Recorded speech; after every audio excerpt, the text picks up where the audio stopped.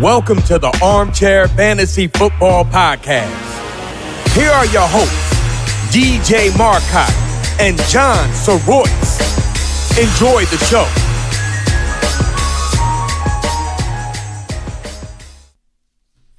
Hey everybody, welcome to the second installment of the Armchair Fantasy Football Podcast.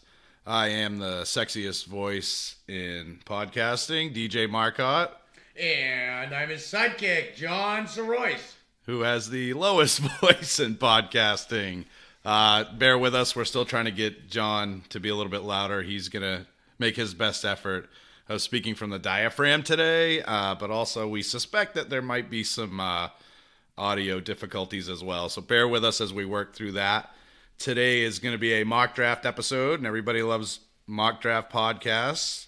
Should be pretty fun. John and I will take you into our war room and kind of give you some insight on how we make selections and how we construct a roster. John, what do you think of last week's episode? Loved it. A lot of good opinions on your part. A lot of good opinions on my part. Love the feedback we're getting back from the fans. So, yeah, keep those 5-star ratings on iTunes coming. We got 6. Appreciate it, guys.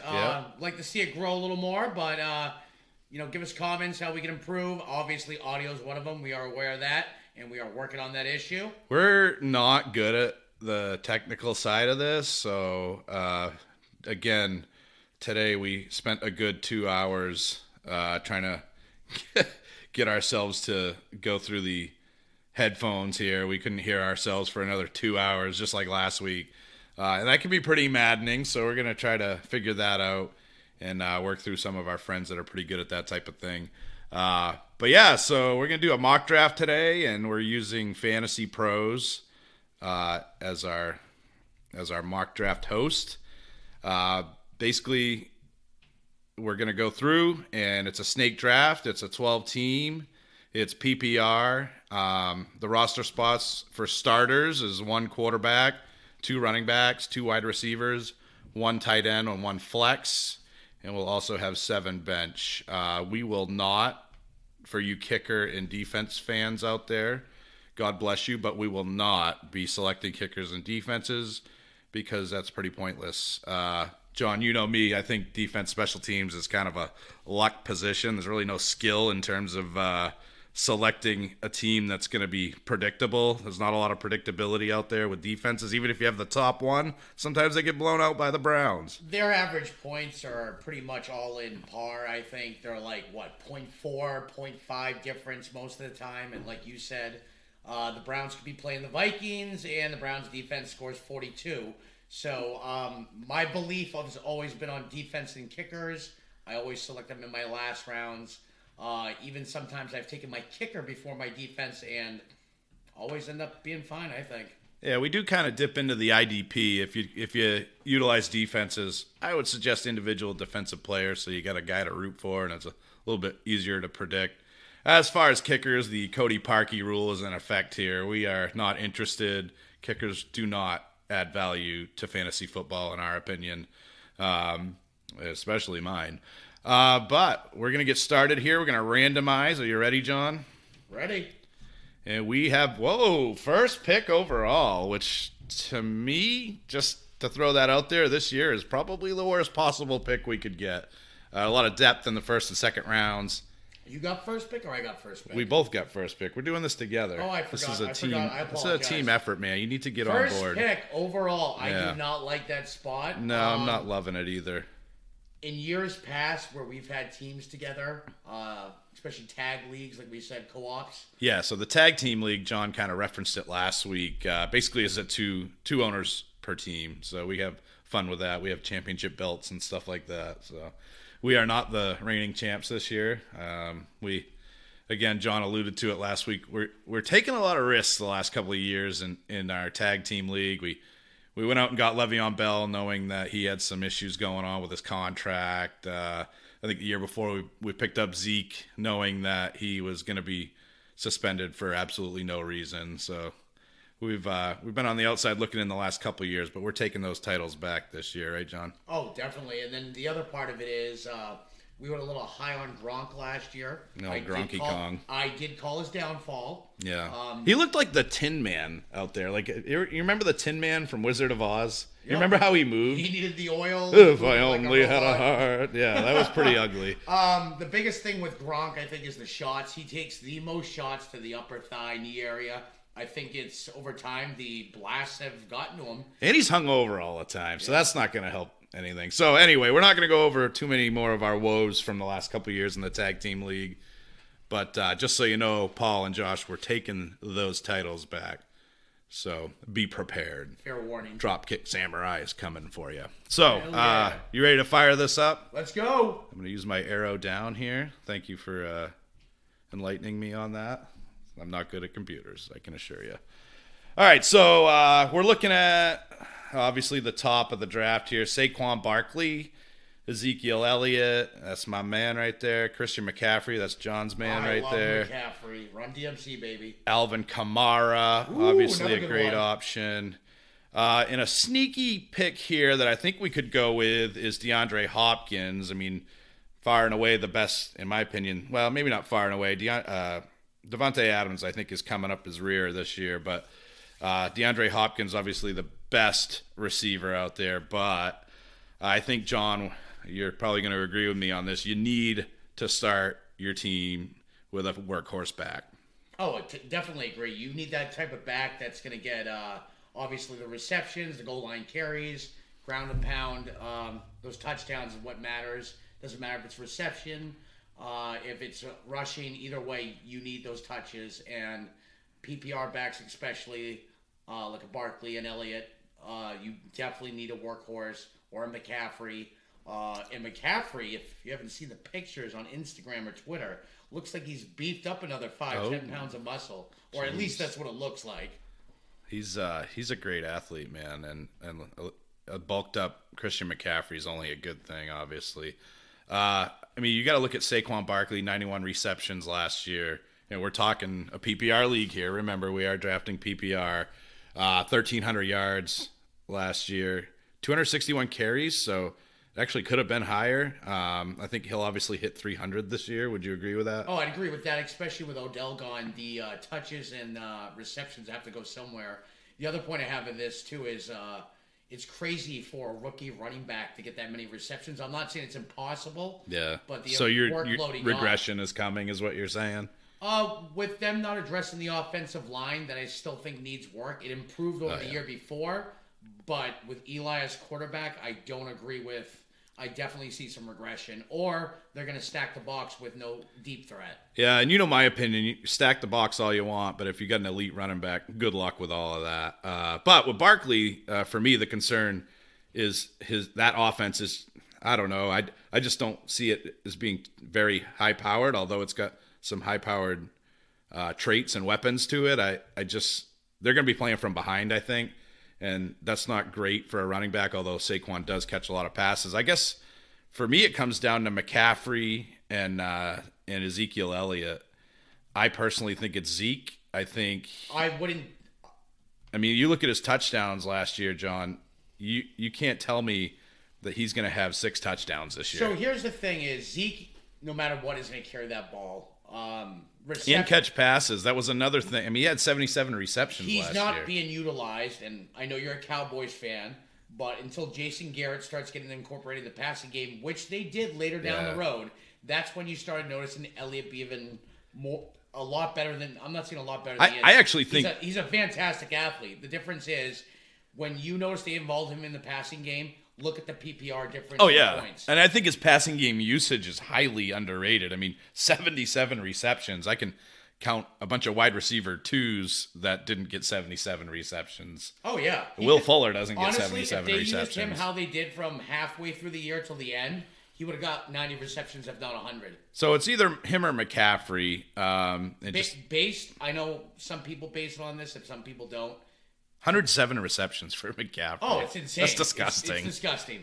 I love McCaffrey, but like I said before, I'm not taking a gamble. If I'm going into that number 1 spot, I'm taking a true workhorse. Yep. It's Ezekiel Elliott based on one thing, not just he's not injury prone, either is McCaffrey really. But the difference is they have one of the best offensive lines in the game, period. So we'll go with Zeke. And bear with us. We're going to list off the guys that go after him up to our next pick. And it's a lot of them because we do have, unfortunately, first pick overall. So after Zeke, of course, excuse me. Let me scroll down here. Use the arrows. I'm using them. After Zeke, it's Saquon, Todd Gurley, Alvin Kamara, Le'Veon Bell. Wow, Bell still goes that high without a year. Yeah, ahead of McCaffrey, which is pretty weird. DeAndre Hopkins, Devontae Adams, Julio. So you see the receivers start to go. Melvin Gordon, David Johnson, Juju Smith-Schuster, my man. Michael Thomas, Dalvin Cook, Travis Kelce. I think you're going to see that a lot. He's going to go early in the second round. Odell Beckham at the 2-5, and then Zach Ertz, George Kittle. So right there, dude, they're gone. the three-headed monster is gone of tight ends, and then after Kittle, it's Joe Mixon, Antonio Brown, Leonard Fournette, and Mike Evans. Sure glad we went running back. The last one off the board was Leonard Fournette. So they flew off the board. Wow, Fournette went that high. Yeah. So, with that being said, I'm looking at running backs, and they're pretty, it's as for a RB2, Nick Chubb. That's not bad. Not bad. Marlon Mack, Aaron Jones, Sony Michel, Damian Williams, Devonta Freeman. Those guys are available. Phillip Lindsay. And then for tight end, O.J. Howard's there. And then too high at this point. I would agree with you. And then now you got A.J. Green, Keenan Allen, T.Y. Hilton. I feel like, Keenan Allen's sitting there. He is, but A.J. Green's sitting there too. Who would you rather have? Well, let's be honest. I believe Dalton's in a contract year, I think. Yeah. Keep in mind, we have 2 picks here. Oh, true. The back-to-back, I forgot. So I think, obviously, we go running back and I think Keenan Allen, receiver. Since he's come back from his injury, look what he did last year. He's the focal point of that offense. Hunter Henry's back, so is that going to I think it's going to affect his targets a little bit, but let's be honest, Melvin Gordon has not stayed healthy in 2 years. No, that's true. And frankly, neither is Hunter Henry. So neither is Keenan Allen. I'm not exactly predicting him to. If we remember right, Keenan Allen blew it up for 5-6 straight games, 10 receptions, over 100 yards. Allen's a slow starter. I remember when I used to watch wrestling when I was a kid. Greg the Hammer Valentine. It always took him forever to get his motor running, and I think he's the Greg the Hammer Valentine of fantasy football. I like Keenan Allen. He definitely is going to get the usage there. But are we going to start off 0-4 because of Keenan Allen? And I think, and that's the thing you want to think about when you're drafting is, you look at the Derrick Henrys of the world, the guys that start slow every single year and they could put you in a hole every single year. I think it's Keenan Allen or AJ Green if we're going receiver here. But I agree with you. I think T.Y. Hilton's on a bad spot. The only only thing I'd be worried about is they've added a lot of the offense this year. Ebron was there last year, but Ebron, O'Doyle rules is back. Yeah. Injury plagued him last year. You have Marlon Mack involved. There's a lot. Don't forget Paris Campbell. We talked about him last week. I was just going to add Paris Campbell. Yep. So with more offense coming into this game, we don't even know how it's going to affect T.Y. That's a big gamble. Yep. For where he's at, I'd rather pass on him. So AJ Green or Keenan Allen? If I had to look at the offense as a whole, I would rather have Keenan Allen based on the fact that the Chargers' offense has been better the last 2 years than Cincinnati's offense. And yes, I understand they changed coordinators, but based on what the offense has been produced in the last 2 years, I'd still rather go Keenan Allen. Our score might hurt after that one because 0% of experts agree, but we're going to go with Keenan Allen. And then again, we have back-to-back picks, so your boy Mahomes is up there, but I think it's way too early for a quarterback, personally. Last year, we would have got him a lot later. Got him in the 12th round last year. We can get a good quarterback later on. I would guess maybe round 7, possibly, depending on who you pick, even later. Public service announcement. If you look at the list of quarterbacks, yes, Mahomes is probably he was last year head and shoulders above everybody else. And Actually, Matt Ryan was the quarterback 2 last year. But again, is Tyreek Hill going to be there? You know what I mean?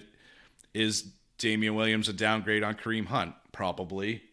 So, and he's going to have regression. Like, quarterbacks don't throw 50 touchdowns every year. Even Manning and Brady, who have been in the league for years and have had consecutive back-to-back years, have not done, even their numbers have regressed in some shape or form. So I love Mahomes. I've always been on Mahomes bandwagon, even when he was at Texas Tech. I actually just stole it. I just completely plagiarized you and made you think that I wasn't interested in him, and then you slept on him. Yep, in that draft last year, and I snuck right in there. So last year in our keeper league, I waited too long thinking that DJ wouldn't take him. He took him. I'd say 90% of my other leagues I had Mahomes. That would explain why I won a lot of championships last year. Mahomes got me there. 40, 50-point weeks. I think his worst week was, a 28 or a 30-point week. Yes. So I was insane. I was really upset when he got me the 26 points that one week. We do incentivize our quarterbacks a little bit more in our league. So in a Mahomes case, I think we can wait. No doubt. There will be value, and I think there will be really good value later on.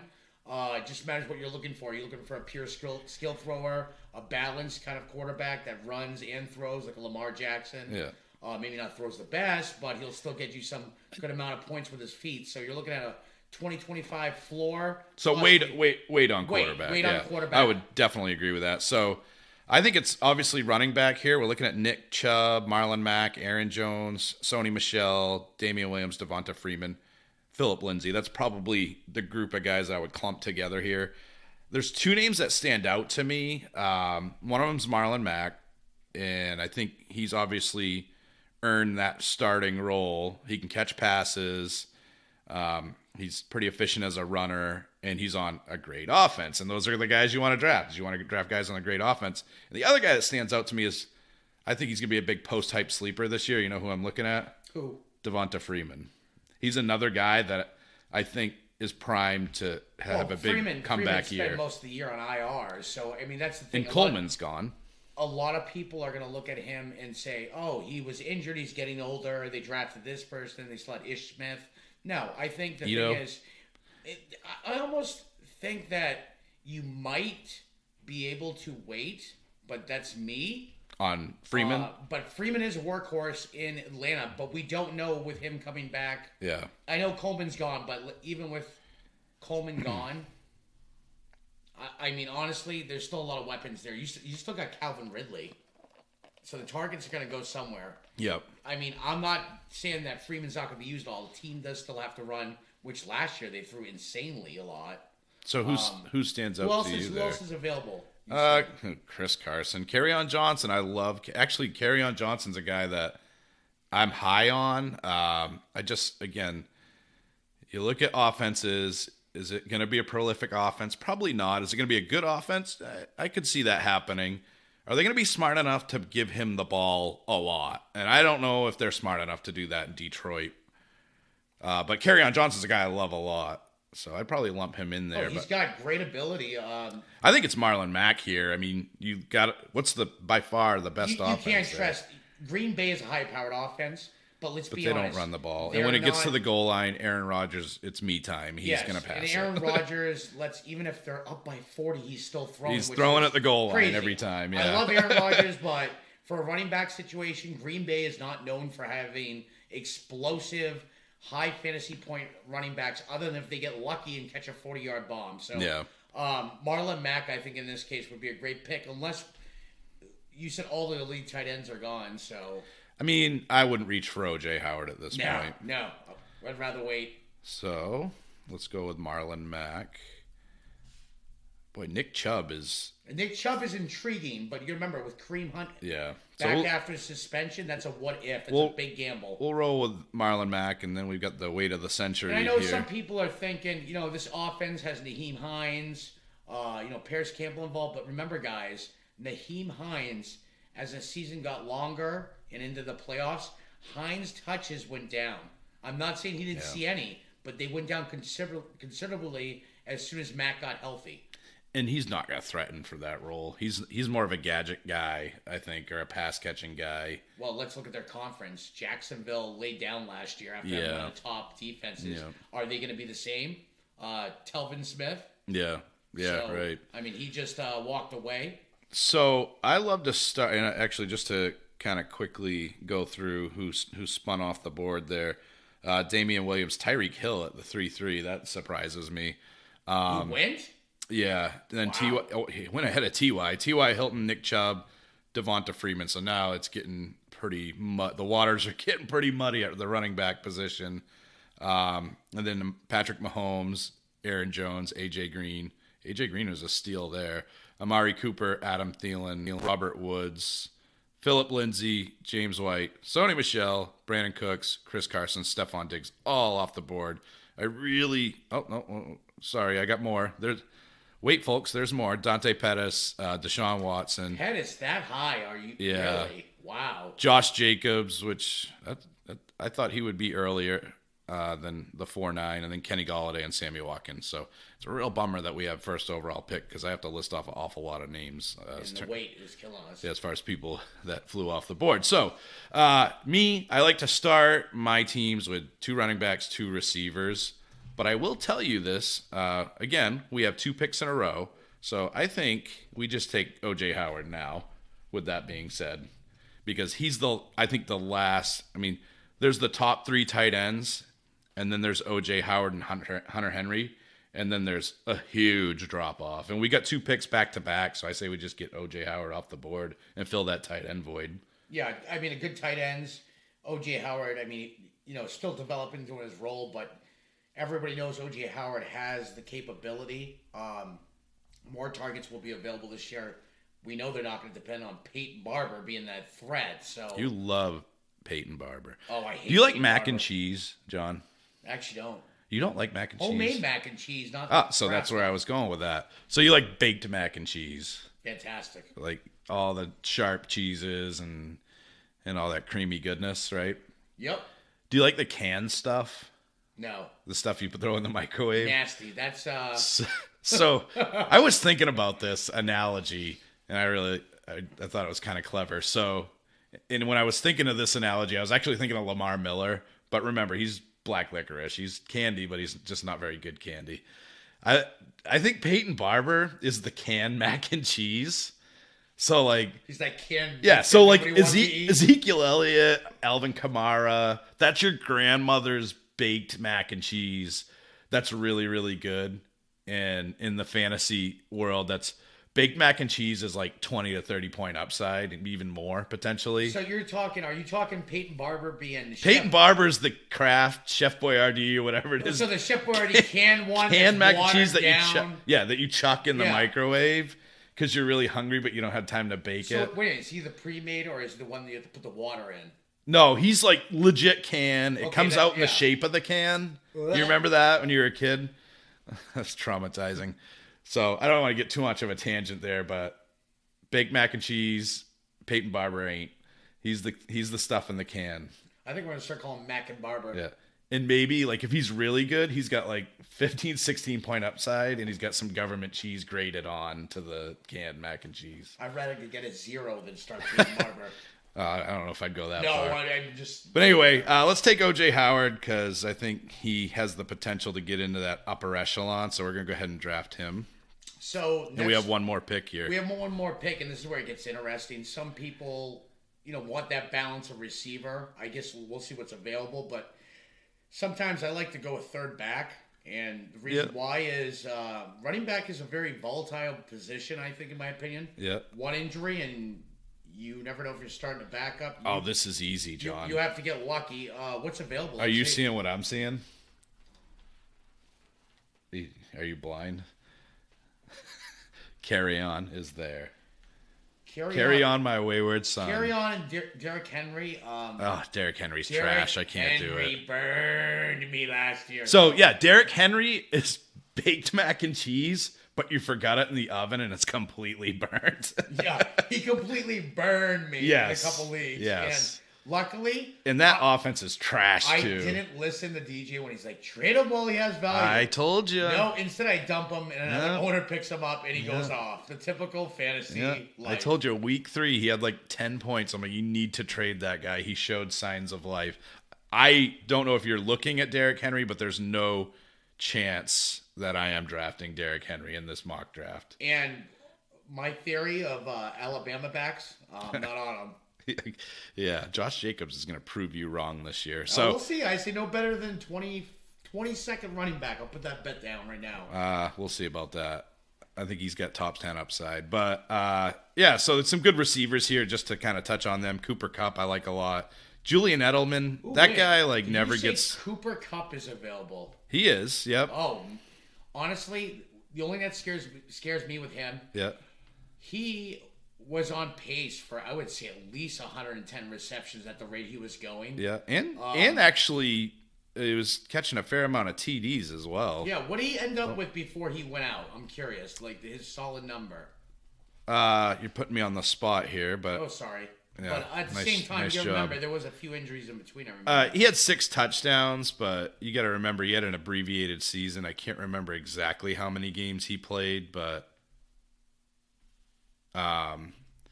sorry, John's making weird. He's distracting me, and No, I'm trying to find out the number of games. yeah, I'm not sure to be honest with you. I can tell you that he had 14.2 average per catch yards, which is okay. He had 40 receptions, so I don't see the exact number of games he played, but I would say he missed at least half the season. So multiply that by Double that. double that, yeah. and that's a fairly good year. 80 catches, 12 touchdowns would be a really good year. So Yeah, I mean that's not even his potential either. yeah. So again, though, you kind of made me think of the fact that Brandon Cooks is there, Robert Woods is there. It's gonna be a situation where I look at Cooper Kupp's chances of getting double digits every week as not great. I think, and let's face it, Jared Goff. Let's remember the Super Bowl. The real Jared Goff might have been Please the stand guy up. that played at the Super Bowl. I mean, that was awful, and I think maybe part of that was he didn't have Kupp, but it's just going to be really hard. Brandon Cooks is an elite receiver, I think, in terms of his ability. And he's a feast or famine guy. Sometimes he'll have those 3-point games. And Robert Woods is Mr. Consistency. I think he's the guy that you can count on double digits every week. I don't know if you can count on that with Cooper Kupp. There's a lot of weapons there, and Yeah. I mean, we don't know how he's going to be used coming back. We don't even know his potential coming back. I mean, he is going to be back. That's not the issue. Yeah, it was ACL, though, The only right? thing that scares me with Carry On, I know he went out with his injury. And I just like to sing the song. Carry on. I'm sorry. fantastic song. The only thing that scares me with Carry On is C.J. Anderson going to be relevant in Mr. Anderson. a good old Matrix reference. Is how much is Hawkinson going to be used, or are we going to go by the past of Detroit? Is Hawkins going to be irrelevant? I love Carry On's upside. Yeah. He can catch. He is explosive coming out of the backfield. He's a 3-down back all day long. I don't want Derrick Henry, so we're not going there. No. Who is the other running back available after Carry On? He Put got that down. Tariq Cohen. Cohen, I think, is I don't think not you can count on him regression. every week. I think you get regression with Montgomery. Tariq Cohen's a guy that I would draft in my flex position because you want those high upside guys in your flex position. But where we're still kind of... Oh, that's Carry On, too, believe it or not. Yeah, he's a high upside remember, guy. he was a I guess rough- this would be our flex position. Yeah, So I mean, I say go Carry On here if he's the best available at running back. yeah. I'm not against it. He has a lot of potential. So we're gonna That's wait- The thing. As a rookie, look what he did, and they didn't fully involve him either right off the bat. Yeah. So Carry On's he, like you said, upside. I love him. He has tons of upside. Yeah. How he gets used, that's our gamble. I'll love to take him. And also, him up. just so you know, on Fantasy Pros, they have what's called Pick Predictor, and it tells you the chances that the player will be there in the next round or not. And the chances that Carry On's drafted before our next pick is 76%. So that's a little high for my liking. That's a little too risky for me. So I think Carry On is a great selection here. So let me get our big fat weight here. So one thing in previous seasons I regretted doing. This is why I'm so high on running backs. Like I said, running backs are a very volatile position. Yeah. I have gotten burned in the past where I did not draft a lot of running backs and wide receivers, and I'm telling you guys, waiver wire, especially where you're using Fab, you're not going to get who you always want. Yeah.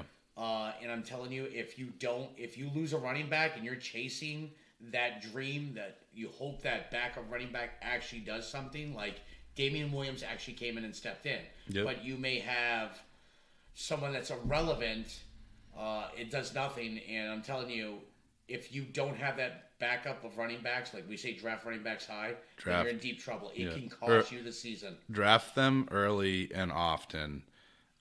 Because they're obviously the least durable outside of maybe tight end. They're the least durable position. Guys are going to get hurt. The funny thing is, everybody looks at us and goes, "Oh, you guys drafted 5 or 6 running backs." You know what's funny? We're about 6 games into the season. Do you want to trade one of your running backs? Well, that's the other thing. I mean, if you have a good stable, so to speak, of running backs, that's trade bait too. And I think I've had good luck with that in the past. And you flipped some people to get the people you want, package deals. I mean, and sometimes you get you those studs down for the playoff stretch. Or you get stuck with somebody like Derrick Henry, and I had a decent backup to take over for Derrick Henry. I told you, dude. I told you. Hey, we make mistakes. Yeah. I don't make a lot of them, though. So I think we need to go wide receiver here. Wide receiver, I would say definitely. Yeah, so we only have Keenan Allen. Now, Mike Williams is there, but there's probably a problem with that. What do you think that might be? Mike Williams, who's our first wide receiver? Keenan Allen. Yeah. Yeah, you don't want the same team. You're limiting your upside when you draft 2 receivers on the same team. Not to mention you pray that they both go off the same game, and it tends not to happen. Especially if they're your 2 starting receivers. So I would, in most cases, go with Mike Williams here. And most people do not handcuff their number 1 receiver with the second receiver. No. But with that being said, it's not really great outside of Mike Williams. So we're looking at Calvin Ridley, who I'm just not a big fan of. I don't think he's consistent. Well, I think the biggest thing is not he's consistent. He was a raw rookie. We didn't know what to expect out of him. His touchdowns were actually pretty good. He got 4 in one game, Yeah, John. he's a boomer bust player. He really is. Yeah, and for my wide receiver, too, I don't want that. No, I get that, but most receivers, he's a rookie, his first year. Most of them don't have polished routes. You know, they're not good route runners a year. They're still learning the playbook. So does he step up this year? Don't know. Yeah. That passing offense is crazy. So he could take a leap. But that's a big gamble at number 2 receiver. It's tough here, man. Who's a consistent receiver on that board? Is Edelman available? I mean, you got Marvin Jones. Edelman's long gone. Calvin Ridley. Golden Tate. Sorry. Sterling Shepard. Shepard as a number 2. I know where you're going with this. Shepard as a number 2. I think those targets have to be eaten somewhere. I think Shepard will be the number 1 wide receiver there, not Golden Tate. Yeah. Golden Tate will play more of the mentor role. I think that Shepard could see 6 catches, 90 yards a game. How did we do this to ourselves? I just want to vomit all That's over why myself. It's called a mock draft situation. Not to mention, if we had the choice and pick, I don't think we would have taken 1. We're usually around 5. Yeah, 1 is not great. All you do is sit there and watch a lot of good players fly off the board. And you're really, this year especially, you kind of alluded to it earlier, the separation between a running back that you're going to get in the early first round to difference between that from a running back in the mid to late first round isn't really that much of a difference. I mean, there's a lot of good backs that early. Part of me says, do we grab like a Tariq Cohen and just keep loading up on the running backs because the separation here is so big between what we could have got. I mean, DJ Moore's gone, Chris Godwin. Wow. Like, those are guys that I would definitely hang my hat on. I like those guys. I think they're going to be great this year. Remember, we already have 3 running backs. I think if we wait, my opinion, I think we grab Shepard. Because here's the thing. At worst, he's the number 2. Yes, it's Eli, but here's the thing. Even if it's anybody else, it doesn't matter. Someone's got to be the focal point there. Yeah. It's either him, Ingram, or Tate. Yeah, so you're looking at upside. Yeah. You're looking at upside. Okay, worst game from Shepard. Let's say worst game. And even when Odell got hurt, Shepard was still getting like 6 catches for like 60 yards. Yep. You're talking low floor of like 10 points, I say. I mean, You go another running back, you think receiver's bad now? yeah. You're taking a huge Yeah, you're right. You're You're taking right. a huge gamble. You got to have a little offset and pray for upside. So, I mean, just to go back to Calvin Ridley, I think the good thing about Ridley is that he is on a pretty good, potent offense there. And Julio does kind of get banged up a lot. But, yeah, I think if you look in terms of upside, and the other thing I always try to look at is opportunity. And I think Sterling Shepard has a lot of opportunity. Well, here's the thing. Shepard has opportunity, but like I said, he's going to be the number 1 or number 2 there. Yeah. We know in Atlanta that Julio is the number 1 no matter what. Right. But like you said, yes, the last few years Julio has been playing through injury. It's not like his first few years in the league where he really got hurt, missed a lot of time. The thing is, Matt Ryan put up some massive numbers last year throwing. Right. And I still think they're going to throw the ball. My honest opinion of Ridley, I say 80 to 90 catches. I would say at worst 1,000 yards. I think he gets 1,000 receiving yards. Here's the part that could be hit or miss. I say anywhere between 5 touchdowns to 10 touchdowns. Yeah. Could be more. Yeah. I think he has more upside than Shepard because you have a solidified quarterback. You don't have a solidified quarterback with the Giants. So, Shepard or Ridley? I'll let you make the call. If I have to choose between the two, I'm going Ridley. That's my All gut. right. We'll go with Ridley. And we got another pick. I mean, we could grab Mike Williams. We could grab Shepard. We could grab Shepard. We could get Hunter Henry because I love Hunter Henry. tight end is an option in the flex here. And I know a lot of people say only draft one tight end, but I mean those guys could be top tight ends this year. I mean they could be in the category of a Kittle, Ertz, Kelsey. Not saying they will be. Definitely don't take that as gospel, but the opportunity is there. Well, let's base on the fact who's got the best opportunity to excel. Okay, so let's look at Shepard. Also, Hunter Henry plays for the Chargers too. So, But the Chargers once again made the playoffs. Okay, they Yeah. got whooped in the first round. We get that. Yeah. But let's add this in here. well, I'm just saying in terms of we have Keenan Allen, so that's a little bit of cannibalism there. I get that. You know who's still on the board though, man? Who? I think Tariq Cohen needs to come off the board right now. He's a gamble. But He is, but here's he's- the thing: is Montgomery going to jump in first game or second game? No. But can we flip a Tariq Cohen after week 2 if Montgomery hasn't started? And when you're filling in on the bye weeks, you want those guys that can hit you home runs. I think it's Tariq Cohen here. Well, remember, Tariq Cohen, depending what your settings are, he can also get you a punt return touchdown. He can Yep. get a kickoff return. Yep. I don't think it's a bad idea. The thing about Tariq Cohen, is he going to be your every week starter? No. Great bye week fill in. Let's say And he we're gets- looking at our first bench spot here, so Yeah, he gets 6 carries for 10 yards. What Yeah. can you do? Got me 1 point. Yeah. But if he gets me 5 catches for 40 yards, and he can take a kick return to the yep, house. there's Yeah. my double points. And oh, hey, let's take advantage of that owner that lost a back, and we have 4 backs now. And Tariq Cohen just had 3 good weeks, and Montgomery hasn't made a difference yet. Guess what? We're trading him, and it looks like we're giving away the farm, but we're actually working out in this deal. Yeah, I like Tariq Cohen. I'll and take Tariq Cohen in that I'm spot. going to draft him. I am drafting you, Tariq Cohen, whether you like it or not. That's our, 4th back?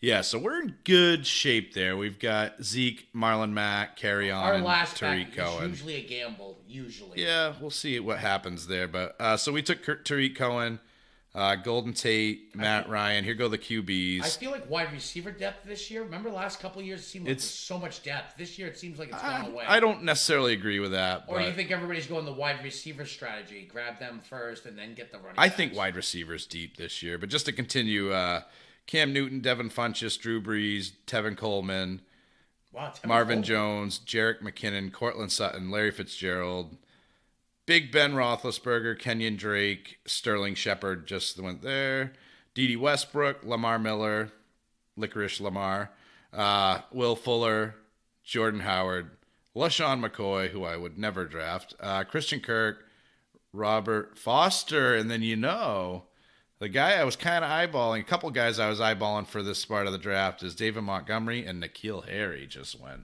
Oh, that could have been a good pickup right there. Yeah, that could have been great. What about our boy? What about our boy? Well, can I Mac and just tell cheese. you something? Mike Williams is still there. And we almost took him as the number 2 receiver. So we gotta go with Mike Williams there. That's a steal at that point. It's a steal, and here's the And if Keenan Allen gets hurt, Keenan we're Allen sitting gets hurt, pretty. he is the number 1. Yeah. If either that, it's going to be Henry or Gordon. But let's be honest with their previous history.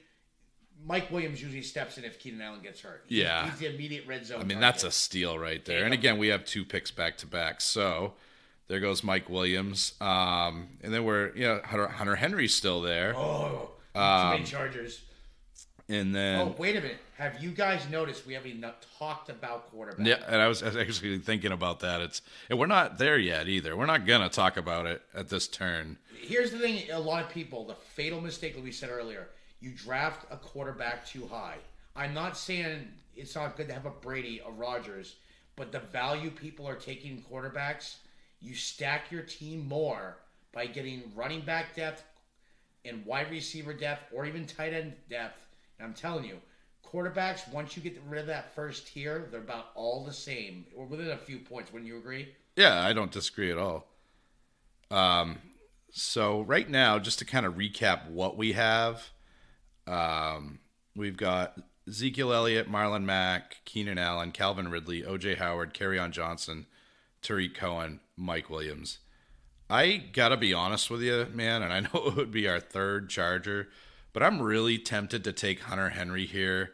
O.J. Howard, I think, is going to be great this year, but he's definitely not a sure thing. One of my favorite strategies is I like to try to get 2 really good tight ends, or 2 guys that have the potential to be really good tight ends.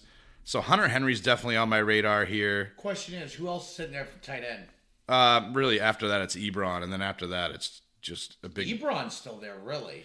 Yeah, I'm not big on Ebron. Yeah, Ebron burned me when he was in Detroit, so I can't take that chance. Well, he won people some fantasy titles last year. He has also claimed that this year he said that he's going for a bigger contract. Yeah. So he's looking for actually more touchdowns this year. Well, Hunter Henry is the 5th ranked tight end. And if I'm going to take a second tight end, or at least take one at this point in the draft, it's going to be Kelsey, Ertz, Kittle, Howard, Henry. Those 5 guys.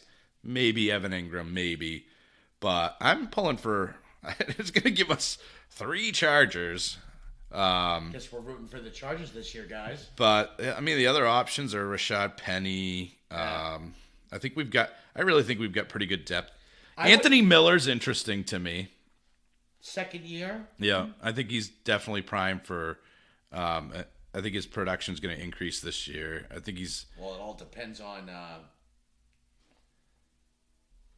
Trubisky. Trubisky. Yeah.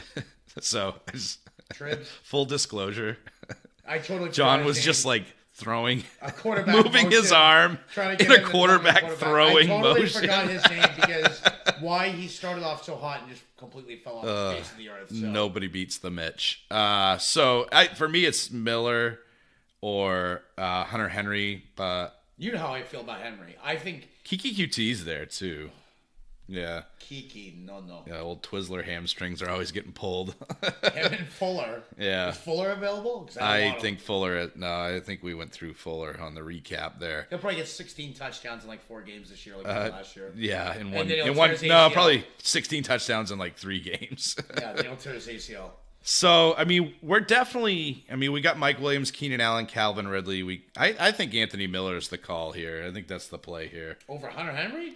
I think so. I think that's a big gamble. Yeah. I do.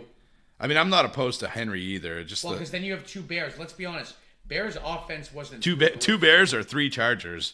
In this case, We're only going to be watching like 4 games a week this year. I would rather go with Henry. I think, here's the thing. I don't disagree. Let me ask you this. It's just the Charger thing No, that scares me. Let me ask you this then. Yeah. Do you think Anthony Miller finishes at a top 10 position? I think he's a wide receiver 3, but I get what you're saying. If you're looking at tier-based drafting, obviously Henry's Henry- a much higher tier for his Henry has position. a chance to be a top 5 tight end. All right, if not top 3. you sold me on it. Let's go Hunter Henry. And that's a pretty good combo there, man. I'm feeling pretty good about O.J. Howard and Hunter Henry. Go Chargers. There's a few teams here that aren't going to have much at the tight end position. We've got 2 of the top 5, so good luck to them. Well, even though they're fake teams, this isn't a real draft. But so after we took Hunter Henry, Kenny Stills, bleh, Glitch guy. Curtis Samuel, Matt Breida, your boy Matt Breida. You love that Breida. guy. This was the disappointing part about Breida last year, and I had to take him because of Henry. And Wasn't he like your injuries. running back too for most of the year? Yeah, but the scary part is Matt Breida, 16 points at halftime. He falls down, trips over an artificial turf, and gets me nothing. The guy had the potential to get 30 points a week. I'm telling you, he was a workhorse. Potential don't win But- championships, John. Exactly. Instead, potential got me uninvited out of the playoffs for the second time ever. So after Burita, Dante Moncrief, Geronimo Allison actually might have been a good selection at that last turn there for us. Dion Lewis, Doug Baldwin, Rashad Penny, Michael Gallup, Naheem Hines, Miles Sanders. Yeah, that's a great pick there. Marquise Lee, Kiki QT, Adam Humphries, Kareem Hunt, Eric Ebron, Royce Freeman, Mike Davis, Emmanuel Sanders, Anthony Miller, Kenneth Dixon, and James Washington. So now here we are. I think it could be quarterback time. It's a possibility. Though, I'm looking at Latavius Murray, and let me tell you something. That guy is going to be so underdrafted this year. And I think if you look at Mark Ingram and Latavius Murray, their skill sets are really similar, right? And I think if you look at the offense, it's a high-powered offense. You have Kamara, who's an undersized back. If he gets hurt, Latavius Murray is a flipping monster. And I think that might be a guy to look at in this spot. Look at the damage he did. And remember, back-to-back picks.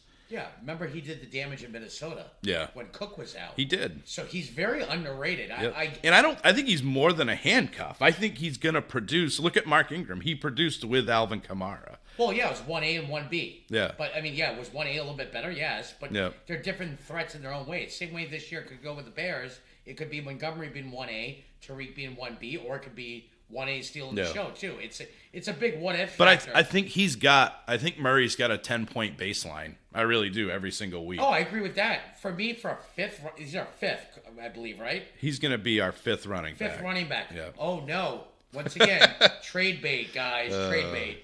I'm actually happy with that pick. It's depth. All right. Well, I'm glad you're happy. Once again, I just want to make you happy, John, Yes, and thank proud you. of me.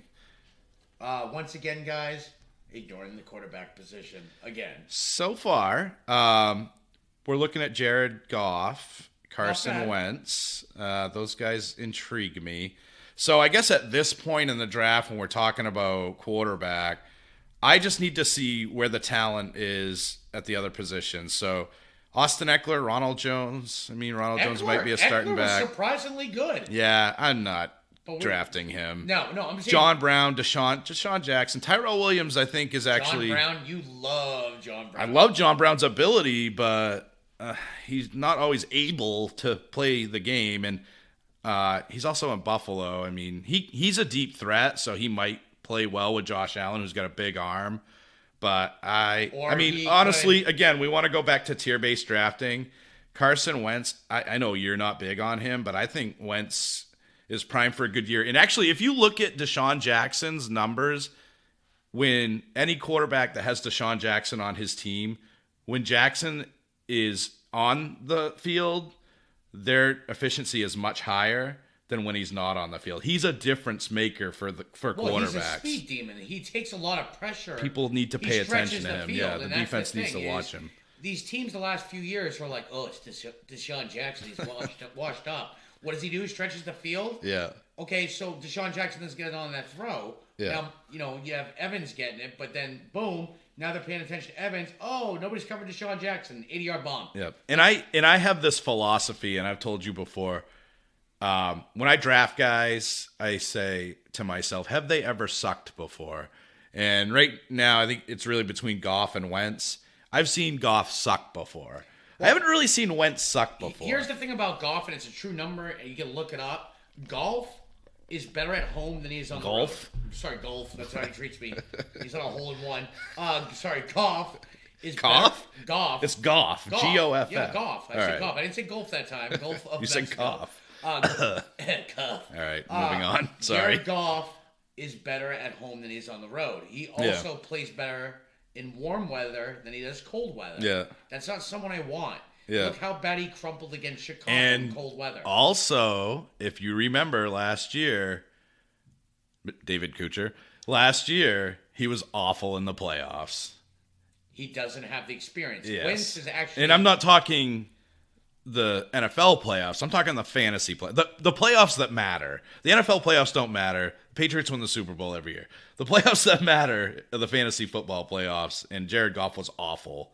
And he bounced a lot of people last year. So, I mean, honestly, Wentz at this position, you're taking that chance of injury again, but here's the thing. If he's healthy, you're talking about a top 3, top 5 quarterback easily. Yeah. And here's the thing. Everybody thinks it's just his throwing. He can run. He's not your Mike Vick. Right. Or Lamar Jackson. No, he's got legs, but though. He's got wheels. Legs. Yeah, surprisingly, definitely. he's kind of like Aaron Rodgers in a way. He can make those good throws, but he'll surprise you with his legs every once in a while. So I take Wentz. We're taking Wentz, and I want to remind you guys that we're taking him in the 11th round. And in my opinion, we got a guy that could be a top 5 quarterback in the 11th round.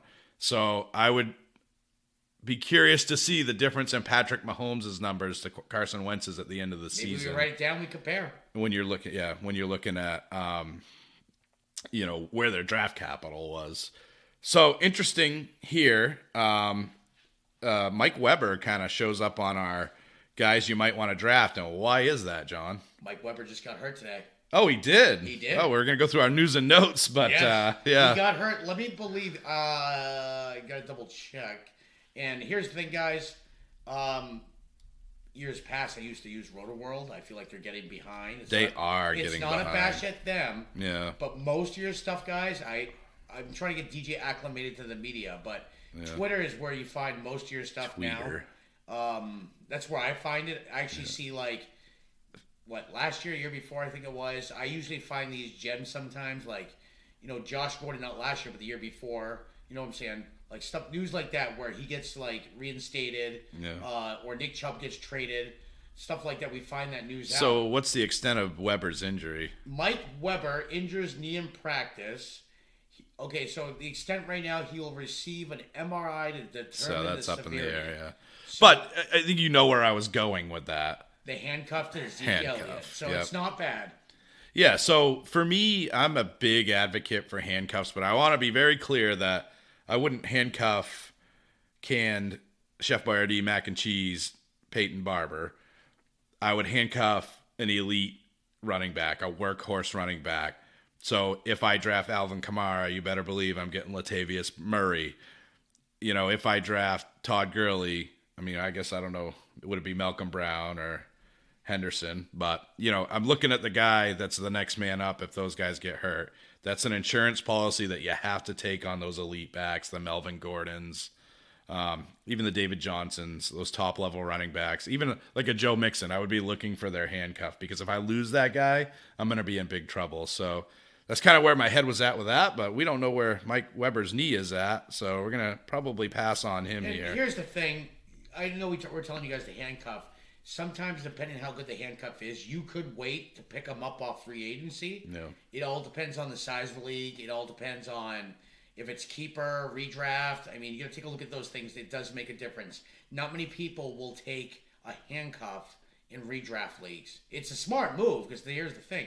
Everybody's wondering why you're wasting that pick. You're not really wasting that pick. It's insurance in the long run. But in this case, where we don't know the severity of Weber and we're months ahead before draft, we're going to wait and see what else is on the board. So we've seen some rookies go a little bit earlier than we thought.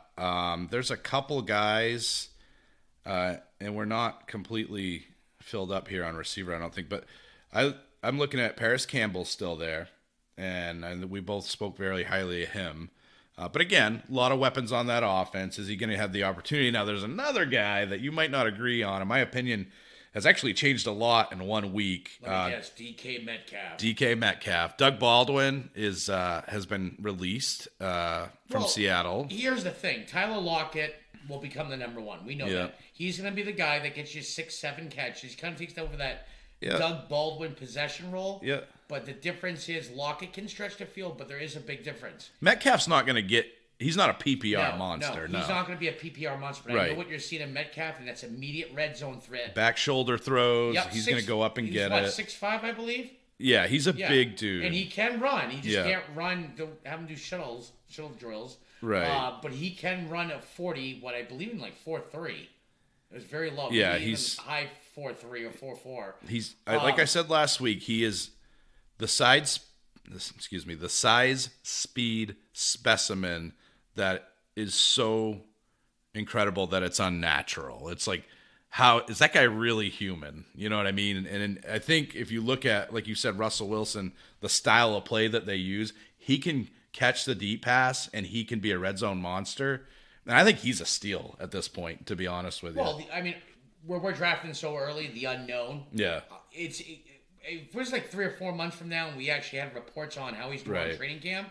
And if I found out, he's not doing well, no, I'm not going to draft him. Right. Here, where we're months ahead and we have to take a chance, he could be the number 2. Yeah. Or he's not going to be the number 1. I still don't think he'll be the number 1. I see a number 2. Not this year, I don't think. My opinion of him. I mean, David Moore's there too. I think Metcalf's going to see about maybe 50, 60 catches, low ball under 1,000 for yards, but I see like high 800, low 900s for him. But I see a chance of 8 to 12 touchdowns. It's a 12th round. So if you can get a guy that is, I think, he's not going to be an every week starter. I don't know if he's got wide receiver 1 upside, but certain weeks he certainly does. So if you can get a guy that's going to be a wide receiver 1 on multiple occasions this season, which I think he definitely has that upside in the 12th round. I mean, these are the guys that you look at this late in the draft. Am I going to go with, the old standbys, like, who do we have here? Deshaun Jackson, we were just talking Jamison Crowder, Mohamed Sanu, Devontae Parker. Do any of those names sound sexy to you? Are they going to be winning your seasons? Sanu is a guy you pick up off waivers, you play him that week. Right. And then you pray that he gets the touchdown in that week. So we're going with DK Metcalf here. You guys, here's the thing about it's not just saying mock drafts, but drafts in general. You got to take a few gambles, and you got to go with your gut too. Yeah. I'm not saying there's no such thing as reaching, but DJ told me in the past, if you're passionate about a guy, then it's not really reaching when you have that gut feeling for him. Yep. You could be wrong. It was me last year with Derrick Henry. Yep. 3rd round, and I paid for it. Yep. 3rd round, guys. Waste of a pick. I wouldn't even get him the 30th round. And you can recover from that. I mean, you need to work the waiver wire. You need to be savvy with trades. But when you draft a guy that early and he completely poops the bed on you, that's hard to recover from. So, again, we're at a back-to-back pick here with the turn. So, quarterback is kind of interesting to me right now. Who do we have for upside? We've got Carson Wentz, but Phillip Rivers is a very steady guy. Wow, Rivers still there. He produced what? So there's another guy that's still there that I think he might be in the Hall of Fame one day. Maybe you've heard of him. It's Tom Brady. Is that it? Oh, it's Tom Brady. Sorry, Tom Brady's still there. See, here's the thing. I don't think guys. I know this is a mock draft. Yeah. I don't see nobody not picking Brady by now. So well, the reason you think that, though, is I don't know if you guys know, but we're from Maine. We live in Maine. John's actually from New Hampshire, but we live in Maine. So we are in Patriots Nation, much to my chagrin sometimes. But he would never – I mean, I know we've got people in our tag team league, Jackie, who would probably take him in the 2nd round this year. Oh, easily. So – it's hard to buy into this mock draft, seeing him there. Yeah. This late, but here's the other thing. What's his worst season? 28 touchdowns? I don't even know if that's even his worst season. But what's his upside? Because I'm going to tell you something, Harry? Folks. Harry is an upside, but I watched a lot of him, obviously. I think they're prime time all the time. I watched a lot of Tom Brady, watched a lot of the Patriots, and something that really stood out to me is that they are turning into a run-first team. And I don't know if you noticed that or not, but Well, you definitely have to. Here's the thing: he manages the game more. Yeah. But look at his age, guys. I mean, he's still performing. Right. He is. For his age, for what he's doing. So he's not throwing the ball. Well, can't say that. He did a couple times last year. And again, this is going to catch a lot of heat for this. The declines here. Last year you saw it. If you look at Tom Brady's numbers, they're not Tom Brady numbers. And if you look at Sony Michel, he's getting a lot of usage. James White is Tom Brady's savior. I mean, if I could count how many times they've won games off, John and I are about 2 feet apart. Me throwing to him, basically, him being James White and James White doing all the work. A game, 10, 11. Or Edelman, those type of guys. So I think I understand why he's falling. But at quarterback 2 value right there, it's a steal, I think. But you've got Lamar Jackson. High upside. Very high upside. Mitch Trubisky was look at Trubisky's numbers and Brady's numbers. They weren't all that close, and Trubisky led that battle. You know what I mean? Yeah, he was the number 1 quarterback for a while. Yeah, I mean, you look at, Prescott's there. I would probably take Brady over Prescott. Well, here's the thing. But would you take Brady over Rivers at this point? I mean, like we talked about, Rivers is still there. Rivers is capped and consistent. He gets undersold every year. Right. And he's still in a top offense that still performs. Yeah. Yeah, he's gonna have your nosedive games. You pray the week that you do start him is not your bye week. And you pray that it's the week he gets 4 touchdowns, 1 interception. He will implode. Yeah. He has had those implode games of 1 touchdown, 4 picks. Not too often. Yeah. But when he does, you got to be prepared for it. In this case, it depends if you're starting quarterbacks wins. I would go the upside with Lamar Jackson here, honestly. I think Lamar Jackson, hot take alert, is going to get 1,000 yards rushing this year. I firmly believe that. You know who else is on there that'd be interested to see that I'm high Allen. on? Yeah, Josh Allen's there too, yeah. Josh Allen, made my mouth drop last year because, I expected his arm. And then, what was it, 4 straight weeks he led the league in rushing? Yeah. And it was really? Yeah. Josh Allen. I knew he could run, but not like that. Josh Allen is another, and I'll say this too. I think Josh Allen could be, another hot take alert, could be this year's Patrick Mahomes. I don't think it's impossible for that to happen. No, I don't think they're very similar. They both have good legs. They got cannons for arms. But they've added depth, though, too. Now they have good Obviously, insurance. he doesn't have Mahomes' weapons, right? Good insurance. McCoy's got... He's got, Beasley. Are you talking about Allen? Yeah. Yeah, Beasley's there. Brown's there. John Brown is there. Yeah, they've added a lot. Robert Foster flashed last year. They've added depth. I'm not saying they're a horrible TJ team, Yeldon. But that's the thing, is can this team put it together? Yeah. Look what the Browns did from last season to this season. Just by adding certain weapons. Is that going to be your Buffalo Bills this year? I'm not saying the Bills are going to go, I don't 13-3. I can see the Bills, granted not last year, the year before, they did make the playoffs with help. Yeah. But the question is, they have a chance to actually contend. They do, yeah. So that's the thing. It all depends how their team and their, their unity is and stuff, how they, perform as a team together. Yeah. Do they mesh is the word to use. I got to be honest with you, man. If I was making the call here, if this was me I'd rather have in a Allen. Draft, I would take Josh Allen. I'd rather have Allen. Just on the upside. But here's the thing. Lamar Jackson, we noticed it last year, his arm is sporadic. With Allen, you have an arm, but you also have that threat of running. With Jackson, you have that one. Allen's not that accurate, but you know what? They said that about Mahomes too when he came out. So I remember last year hearing, "Oh, hey, Mahomes threw 6 picks in practice." And when did Mahomes break out? He played at the end of his rookie season, right? Yeah. And then his sophomore year blew up. And I think that could happen with Josh Allen. So we're going to take Josh Allen here. That might surprise a lot of people, but you got to look at upside. You got to look at measurables, and one of the things you got to look at the quarterback, rushing yards means so much to a quarterback in terms of points that if you got a guy that can do that, then you need to. Well, it's like you said about Lamar Miller. You don't even factor in what he's throwing. You factor in his legs. It's Licorice Miller. Sorry, Licorice Miller. Okay, thank you. I mean, that's the thing is you just factor in these, they change the intangibles for other players. So that's the thing. You bring a high upside Lamar Jackson into play. his legs alone are going to get you something. If he throws that ball, then there's more points. But Yeah. you're looking at a minimum floor of let's say 10 to 15 points. Yep. With an upside of 30 to 40, Yep. possibly. Look at Deshaun Watson.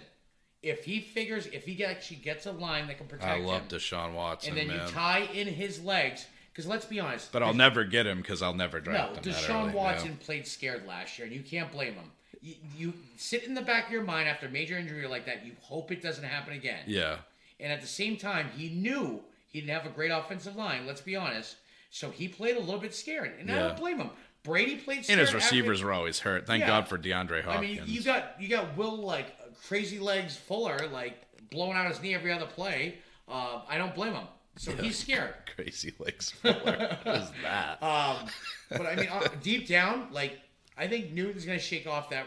I don't even want to say rust, that scared mentality. And I don't blame him when you don't have a solid line.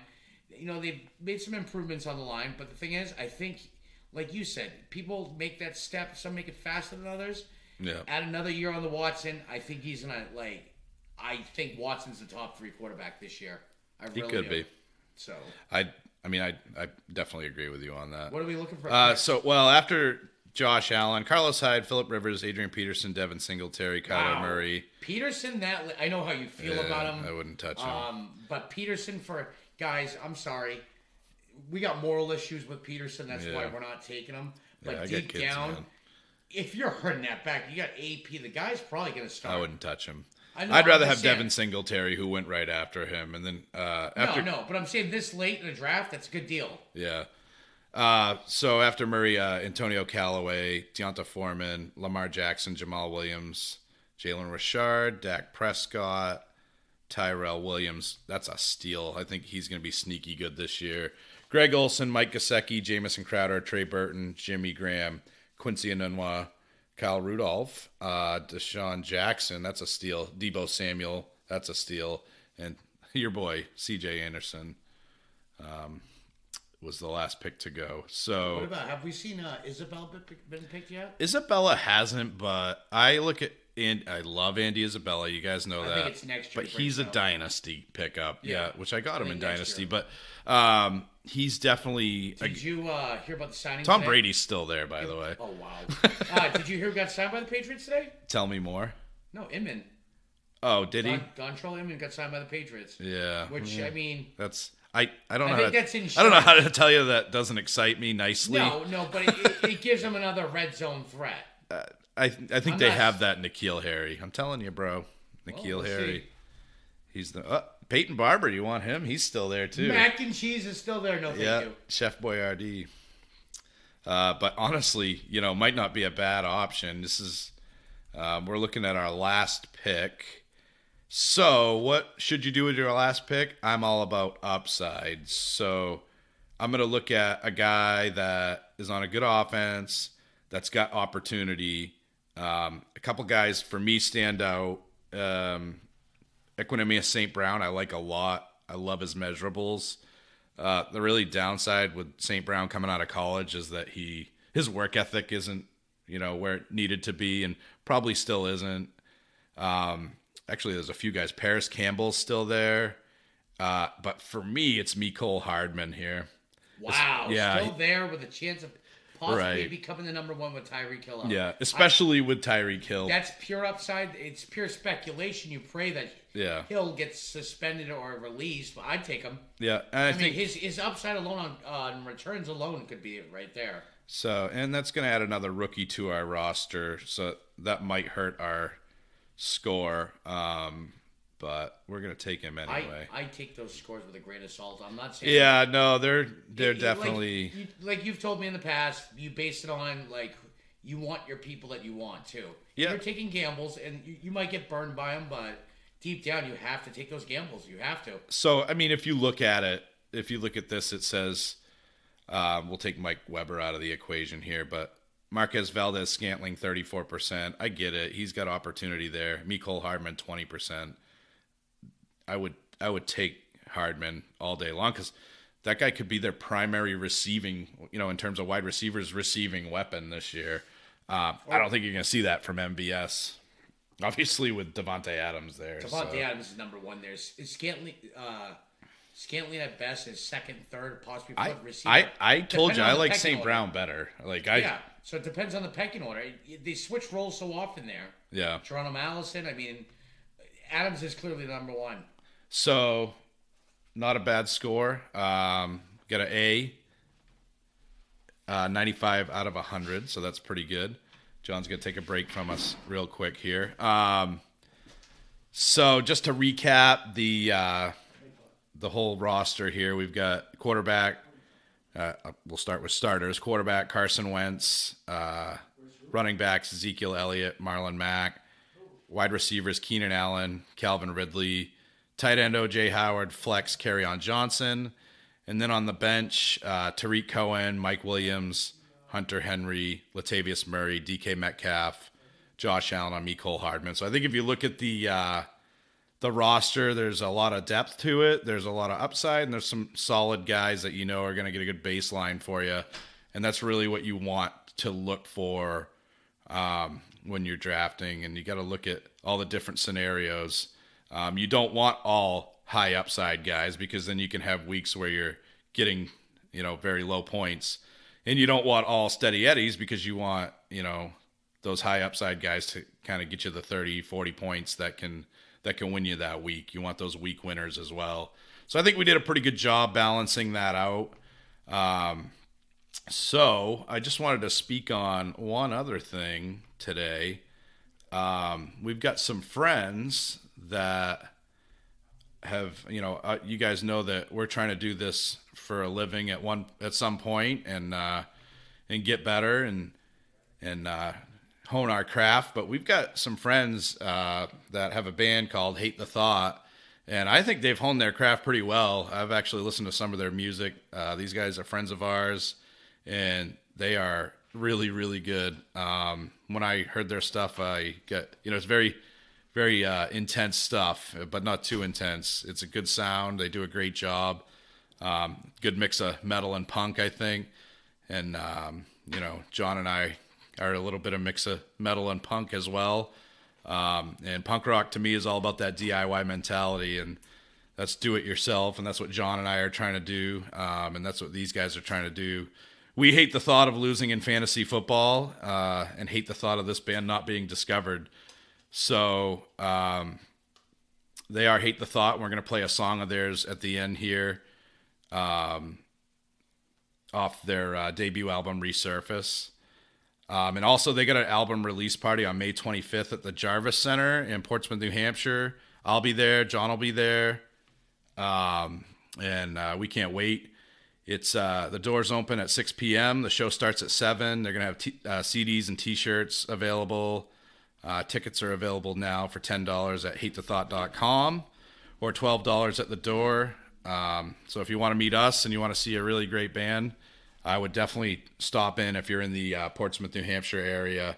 It's going to be a blast. And again, we're going to skip our regular outro, and we're actually going to play some of their music for you on the way out. I would really encourage you to listen to it. I would really encourage you to stop in at the Jarvis Center as well. I think it's going to be awesome, and I can't wait. What about you, John? Oh, it's going to be fantastic. So come help us cheer them on. Get to meet us. If you want to. If you want to. I'm a lot shorter in person than it'll probably sound here, but my voice sounds so distant anyway. Yeah. But yeah, we're going to work on that. Come help us support them, support us, and then stay tuned for the next podcast. Yeah, and again, guys, bear with us. We're really having fun, and once we get the audio and recording figured out, we have even more fun. But, this is a really fun time for us, and, not to get too soft, but after we recorded last week, I've listened to it like 13 times to kind of pinpoint things that we can do better at and things that I thought were cool and that I liked, and it was just a really good feeling. Internally, it was just really fun, and it felt good. So hopefully you guys are having fun as well, and continue to subscribe to us on YouTube. You guys don't understand how big of a deal that is for us. For those of you that have, and for those of you that hit that like button, it means a lot to us. We really, really do appreciate it. And obviously now we're on iTunes, next stop Spotify. So Thank you for the 5-star reviews on iTunes. Greatly appreciated. We got 6 of them so far, John. So, and that's great. That's 1 week, six 5-star ratings. We're starting off small, but we'll expand out. I think that's a pretty good clip there. So, again, guys, help our friends out. Hate the Thought. Support those guys, even if you can't make it. There's, like I said, their CDs and T-shirts are available on their website, hatethethought.com, and check them out on YouTube as well. They're an excellent band, and I can't wait to rock out with those dudes very shortly here on May 25th. That's it for me. Thanks again for listening, and hopefully you guys are going to continue to tune in. We do, again, I want to say greatly appreciate it. What about you, John? I do appreciate it, and give us the feedback, guys. The only way we're going to improve, and as the season goes on, more podcasts, and we're going to actually have some special guests here. Hey, who knows? This year, maybe we'll do a podcast during a live draft. A lot of people here, but I think it'd be fun. Yeah, that would be fun. Entertained. Yeah. Get to see it through our eyes, hear it actually too. These drafts we have usually, 9-10 hours total, I'd say, barbecue and everything. Maybe we'll do a video. Maybe I'll wear a GoPro for it. GoPro, yeah. Yeah. Speaking of video, we do want to have that going soon. And for those of you that checked us out on Facebook or Twitter, and once again, I'm at Armchair Kingpin. John, do you remember your Twitter handle? No, I'm gonna have to redo it. So for now, follow the Kingpin, and I'm gonna get it set up. Get my end set up. You should be like Armchair Sidecar, something like that. Shotgun Armchair Sidecar. Robin, because we all know. If you guys who don't know, Batman I've is. always been known as the Shotgun Samurai for football for 10-15 years Yeah. now at least. Yeah. So maybe I'll be the sidekick shotgun, we'll call me. How about the Sidekick Samurai? That sounds better. Yeah, sidekick samurai is pretty good. So let me come up with the witty stuff, John. Yeah, so okay. Anyway, guys, we'll talk to you next week. Like I said, we're gonna do 1 a week for a few here, and hopefully on June 2nd we're gonna start 2 a week. So have fun and hate the thought. thank you guys.